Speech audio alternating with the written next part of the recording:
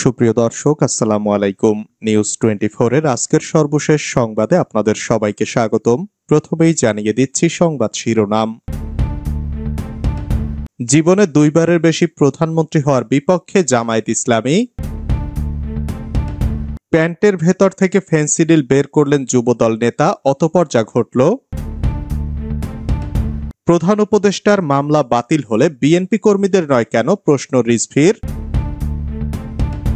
সেই লুটপাট, দখলদারি, চাঁদাবাজি মাফিয়াদের রাজনীতি এখনো চলছে, মন্তব্য নুরুল হক নূরের। কুমিল্লায় বিএনপির কাউন্সিলে দু গ্রুপের সংঘর্ষ, আহত 10। এতক্ষণ শুনছিলেন সংবাদ শিরোনাম।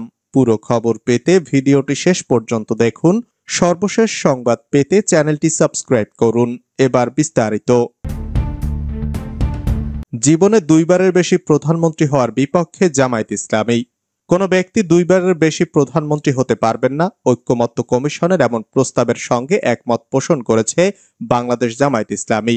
আজ শনিবার জাতীয় সংসদ ভবনের এলডি হলে জামায়াত ইসলামীর এই অবস্থানের কথা জানান দলটির নায়েবে আমির সৈয়দ আব্দুল্লাহ মোহাম্মদ তাহের। নায়েবে আমির বলেন, ঐক্যমত্য কমিশনের বেশ কিছু প্রস্তাবের সঙ্গে আমরা একমত হয়েছি। আরও অনেকগুলো বিষয় আলোচনা অব্যাহত থাকবে। অমীমাংসিত বিষয়গুলোতে পুনরায় আলোচনা হবে। জামায়াত ইসলামী জাতীয় সাংবিধানিক কাউন্সিল গঠনের প্রস্তাবে নীতিগতভাবে একমত পোষণ করেছে, তবে তারা মনে করে এই কাউন্সিলে রাষ্ট্রপতি প্রধান বিচারপতিকে রাখা ঠিক হবে না। সংবিধানের 70 অনুচ্ছেদের ক্ষেত্রে জামায়াতের অবস্থান হলো সংবিধান সংশোধন, অর্থ বিল ও আস্থা ভোট ছাড়া অন্য বিষয়গুলোতে সংসদ সদস্য স্বাধীনভাবে অর্থাৎ দলের বিরুদ্ধে ভোট দিতে পারবেন।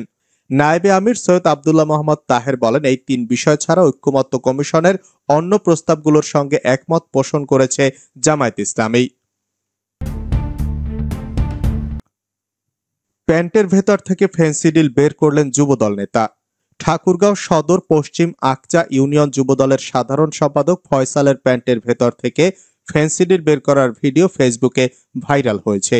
তবে ফয়সালের দাবি, পিস্তল ঠেকিয়ে মেরে ফেলার হুমকি ও ভয়ভীতি দেখিয়ে তার প্যান্টের ভেতর ফেন্সিডিল রেখে দিয়ে ভিডিও ধারণ করে তাকে ফাঁসানো হয়েছে। ফয়সাল জানান, গত 25 মার্চ বালু উত্তোলনকে কেন্দ্র করে এই ঘটনা ঘটে।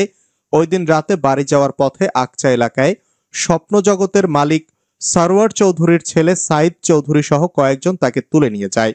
পরে ঠাকুরগাঁও সদর উপজেলা আকচা স্বপ্নজগৎ নামে একটি পার্কের টর্চার সেলে নিয়ে নির্যাতনের পর পিস্তল ঠেকিয়ে ফেন্সিডিল দিয়ে ফাঁসানো হয়। এই ঘটনা কাউকে জানালে ছেলেকে মেরে ফেলারও হুমকি দেওয়া হয় তাকে। ঘটনাস্থলে সাইদ চৌধুরী সহ অপরিচিত আরো বেশ কয়েকজন ছিল। এ বিষয়ে সাইদ চৌধুরীর সাথে যোগাযোগ করেও তাকে পাওয়া যায় নাই। প্রধান উপদেষ্টার মামলা বাতিল হলে বিএনপি কর্মীদের নয় কেন, প্রশ্ন রিজভীর। প্রধান উপদেষ্টার নামে থাকা মামলা বাতিল হলে বিএনপি নেতাকর্মীদের কেন নয়, এমন প্রশ্ন রেখেছেন বিএনপির সিনিয়র যুগ্ম মহাসচিব রুহুল কবির রিজভী। শনিবার দুপুরে জাতীয় প্রেস ক্লাবে এক আলোচনা সভায় এই প্রশ্ন রাখেন তিনি। ফেসিবাদের মিথ্যা মামলায় 60 লাখ আসামি মুক্তি কতদূর শীর্ষক এই আলোচনা সভার আয়োজন করে ন্যাশনালিস্ট রিসার্চ ফাউন্ডেশন এনআরএফ। জাতীয় প্রেস ক্লাবে এ আলোচনা সভায় যোগ দেন বিএনপির বিভিন্ন পর্যায়ের নেতারা। বিগত স্বৈরাচারী সরকারের আমলে বিএনপির বিরুদ্ধে হওয়া রাজনৈতিক মামলা প্রত্যাহার না হওয়ায় ক্ষোভ প্রকাশ করেন রিজভী। প্রধান অতিথির বক্তব্যে রুহুল কবির রিজভী আরো বলেন, ডিসেম্বর থেকে জুনের মধ্যে নির্বাচন, সরকারের এমন বক্তব্য বিভ্রান্তিমূলক। সেই লুটপাট, দখলদারি, চাঁদাবাজি মাফিয়াদের রাজনীতি এখনো চলছে, মন্তব্য নুরুল হকের। 16 বছরে আওয়ামী লীগের দুঃশাসনে বিএনপি, জামায়াত, বাম ডান সবাই ঐক্যবদ্ধভাবে কাজ করেছে মন্তব্য করে গণ অধিকার পরিষদের সভাপতি নুরুল হক নূর বলেছেন, ফ্যাসিবাদের পতন হয়েছে, এখন আমাদের মধ্যে অনেককে লক্ষ্য করা যাচ্ছে বিভিন্ন রাজনৈতিক দল তাদের আধিপত্য, তাদের শক্তি প্রদর্শনে ব্যস্ত হয়ে যাচ্ছে, যে কারণে ফ্যাসিবাদ হটানোর আমাদের যে একটা ঐক্য হয়েছিল, আমরা যেভাবে ইউনাইটেড ছিলাম, এখন আবার কিছুটা তার ব্যতিক্রম দেখা যাচ্ছে।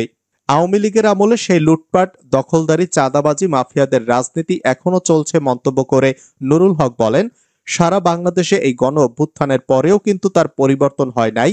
সাংবাদিক ভাইয়েরা আপনারা খোঁজ নেন, ট্রাক স্ট্যান্ড থেকে, টেম্পো স্ট্যান্ড থেকে, বাস স্ট্যান্ড থেকে আগে যেভাবে চাঁদা তুলতো, এখন চাঁদা তোলা বন্ধ হয়েছে কিনা। কাঁচা বাজার, সবজি বাজার, বিভিন্ন সমিতি, গার্মেন্টস, মিল, ফ্যাক্টরি থেকে চাঁদাবাজি যারা করত, যারা চাঁদা যারা তুলতো আওয়ামী লীগ তো পালিয়ে গেছে, এখন এই চাঁদাবাজি লুটপাট বন্ধ হয়েছে কিনা? হয় নাই। সাধারণ মানুষের রক্তচোষাদের এখন আমরা উপস্থিতি লক্ষ্য করি। চাঁদাবাজদের তো আমরা বুকের রক্ত দিয়ে হটিয়েছি, দখলদারকে তো আমরা জীবন দিয়ে দেশ থেকে বিতাড়িত করেছি, তাহলে এখন চাঁদাবাজ দখলদার কারা? কুমিল্লায় বিএনপির কাউন্সিলে দু গ্রুপের সংঘর্ষ, আহত 10। কুমিল্লায় কাউন্সিল চলাকালে দুই গ্রুপের মধ্যে সংঘর্ষের ঘটনা ঘটেছে। শনিবার বিকেলে লাকসামের Ajgora Haji Altab Ali high school and college মাঠে ইউনিয়ন বিএনপির 1, 2 ও 3 নম্বর ওয়ার্ড বিএনপির কাউন্সিল চলাকালে এ সংঘর্ষের ঘটনা ঘটে। এতে প্রায় 10 জন আহত হন। দলীয় সূত্রে জানা যায়, বিএনপির কাউন্সিল চলাকালে উপজেলা বিএনপির যুগ্ম আহ্বায়ক ও আজগড়া ইউনিয়ন বিএনপি সভাপতি আব্দুল সালাম গ্রুপ ও উপজেলা বিএনপির যুগ্ম আহ্বায়ক হারুনার রশিদের সমর্থকদের মাঝে হঠাৎ চেয়ার ছোড়াছুড়ি শুরু হয়। পরে তাদের মধ্যে সংঘর্ষ বেঁধে যায়। এতে উভয় পক্ষের অন্তত 10 জন আহত হন। আহতদের মধ্যে শিহাব, নুরু, আনোয়ার, মাইনুদ্দিন ও হাবিবের নাম জানা গেছে। সংঘর্ষের 1 ঘন্টা পর আবার কাউন্সিল অধিবেশন শুরু হয়। ভারত হামলা করলে সর্বাত্মক যুদ্ধের হুমকি পাকিস্তানের। পাকিস্তানের প্রতিরক্ষা মন্ত্রী খাজা আসিফ হুঁশিয়ারি উচ্চারণ করে বলেছেন, যদি ভারত পাকিস্তানের উপর হামলা চালায় তবে তা দুই পারমাণবিক শক্তিধর প্রতিবেশী দেশের মধ্যে সর্বাত্মক যুদ্ধ ডেকে আনতে পারে। স্কাই নিউজকে দেওয়া এক সাক্ষাৎকারে আসিফ বলেন, যদি কোনো আক্রমণ বা এরকম কিছু হয় তবে অবশ্যই একটি পূর্ণাঙ্গ যুদ্ধ শুরু হবে। আসিফ পাকিস্তানের সংশ্লিষ্টতার অভিযোগ অস্বীকার করে একে ভিত্তিহীন বলে অভিহিত করেছেন। তিনি বলেন, দিল্লি থেকে যে প্রতিক্রিয়া এসেছে তা আমাদের জন্য আশ্চর্যজনক নয়। আমরা আগেই বুঝতে পেরেছিলাম যে পুরো বিষয়টি আমাদের বিরুদ্ধে একটি সংকট তৈরি করার উদ্দেশ্যে সাজানো হয়েছে। এই হুঁশিয়ারি এসেছে ভারত অধিকৃত কাশ্মীরের পেহেলগামে সন্ত্রাসী হামলায় অন্তত 26 জন নিহত এবং আরও বেশ কয়েকজন আহত হওয়ার পর।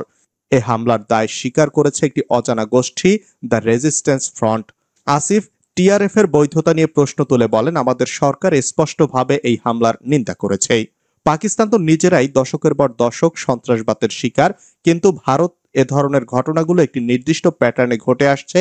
এবারও যে গোষ্ঠীকে অভিযুক্ত করা হচ্ছে তাদের নাম আমরা কখনো শুনিনি, এমন সংগঠনের নাম আগে কেউ জানত না। ইজারা নিয়ে বিএনপির দুই পক্ষের মধ্যে সংঘর্ষ, আহত 25। গাজীপুরের শ্রীপুরে মহাসড়কের ইজারার দাবি নিয়ে বিএনপির দুই পক্ষের মধ্যে ব্যাপক সংঘর্ষের ঘটনা ঘটেছে। এতে উভয় পক্ষের অন্তত 25 জন কর্মী সমর্থক আহত হয়েছেন বলে দাবি তাদের। খবর পেয়ে অতিরিক্ত পুলিশ মোতায়েন করা হয় সংঘর্ষস্থল এলাকায়। গতকাল শুক্রবার বিকেলে পৌর শহরের মাওনা চৌরাস্তায় দুই পক্ষের মধ্যে এ সংঘর্ষ ঘটে। উপজেলা শ্রমিক দলের আহ্বায়ক কাজল ফকির ও বাংলাদেশ শ্রমিক দল কল্যাণ ফেডারেশনের শ্রীপুর পৌর শাখার জাহিদ হোসেনের কর্মী সমর্থকদের সঙ্গে এ সংঘর্ষ হয়।